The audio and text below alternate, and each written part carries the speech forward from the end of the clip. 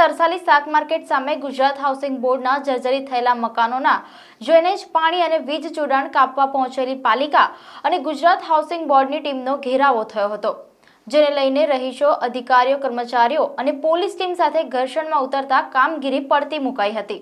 રાજકોટ અગ્નિકાંડ બાદ રાજ્ય સરકાર અને પાલિકા એક્શનમાં આવી છે અને સીલિંગની સાથે જર્જરિત આવાસોને નોટિસ આપવાનું અને પાણી, ડ્રેનેજ, વીજ જોડાણ કાપવાનું શરૂ કર્યું છે। ત્યારે તરસાલી શાક માર્કેટ સામે ગુજરાત હાઉસિંગ બોર્ડના 325 મકાનો જર્જરિત હોવાથી નિર્ભયતા શાખાએ નોટિસ આપી હતી।